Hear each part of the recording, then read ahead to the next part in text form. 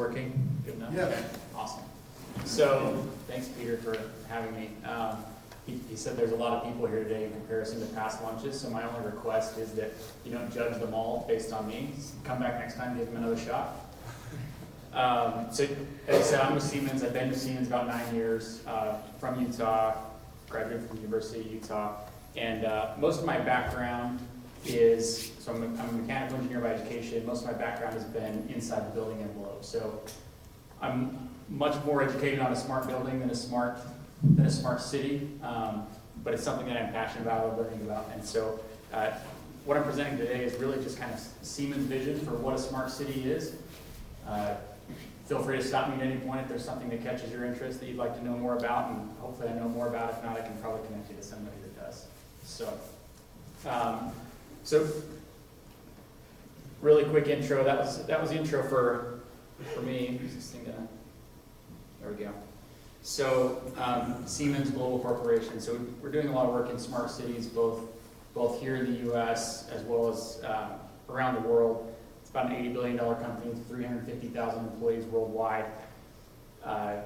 They call us the Americas. Really, it's most of the United States. We account for probably anywhere from 25 to 30%, depending on the year. These numbers are all from like 2016. Siemens has a really diverse business that we do all sorts of stuff. People are probably familiar with, the healthcare type things, which are, you're seeing X-rays, MRIs, CTs, all those kind of things. They also build the trains, the trax trains downtown are a Siemens product. But really, where we play in the smart cities and connected development space is really that was centered three tiles, which are, we call it our Siemens Smart Infrastructure Group. So we've got the piece that I'm the most familiar with and that I've done most of my work with, which would be the energy management, building technologies, and that's all the stuff that really is lying within a building envelope. So it's building automation systems, fire and life safety systems, all the electrical gear, grid, all those sorts of things. And then there's our mobility business as well, which, as I'm sure anybody who's tried to build a city, or especially a smart city, that's really where kind of, I was going to say the rubber hits the road, but less of a metaphor, more of an actual thing, the rubber hitting the road. But trying to figure out those first and last mile solutions, trying to figure out where people are going to park, how you're going to make sure the traffic flows, all that sort of stuff. So that's also another business that Siemens is very strong in. So, we've got probably, 40 to 50 people in here, and I think if I asked anybody in here, hey, what's a smart city? Everybody probably has an opinion. They're all probably just a little bit different. So really the way that we like to look at smart cities at Siemens is generally what you're trying to do is you're trying to solve a problem, right? What's the problem that you're trying to solve, or problems that you're trying to solve with a smart city? The big ones, everybody, the ones that you hear from almost everyone, everyone wants a live, work, play environment. Sometimes people say live, work, play, learn, where everything is all together. Some people are talking about making an environmental impact. People are talking about a group that we're working with here in Salt Lake. One of their big drivers is, okay, we've got one of the best education systems in the state of Utah, and we're losing a lot of that talent. They come out of school and they leave Utah, and so all that time and money and effort that's been invested into educating these people, they're leaving. So how do we keep them here? How do we, whatever it is that they're leaving for, whether it's a different job, whether it's the downtown scene that they want, how do we bring that here so we retain all of that talent? And so that's kind of the thing. There's a myriad of problems that people are trying to solve with a smart city. So this is kind of how we look at it is, okay, there's this development of the future. It's got to be smart. I think everybody understands what that means. It's in here today. It's got to be resilient.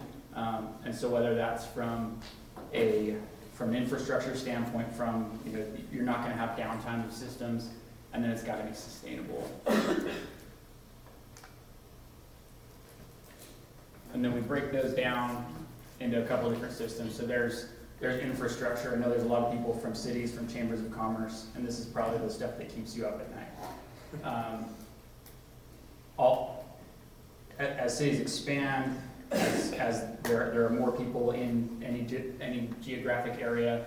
These are the things that aren't easily scalable. So they're things that you've got to think about long beforehand and plan for. Okay, this is kind of our max use this area is ever going to have, and these things have to be planned ahead.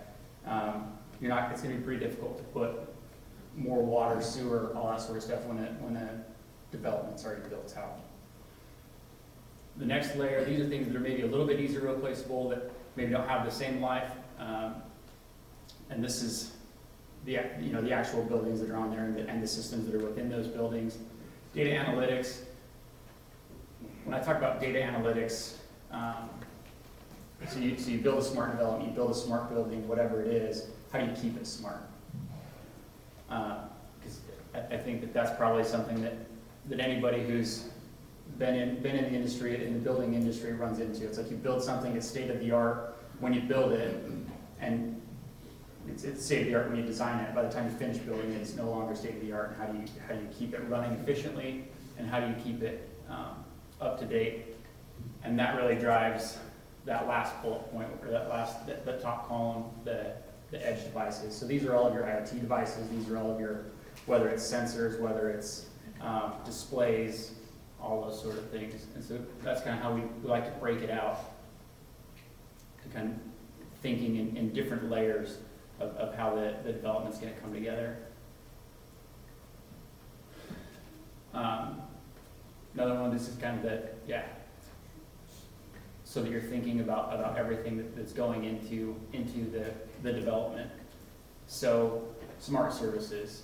So I think this is something particularly along the lines of that group I was telling you about. I was talking about retaining talent, keeping educated people here. I think for those groups, and it all depends on your definition. I'm technically a millennial if you're looking at the right chart. I was born in 1980, but they talk about, okay, how are we going to keep these people?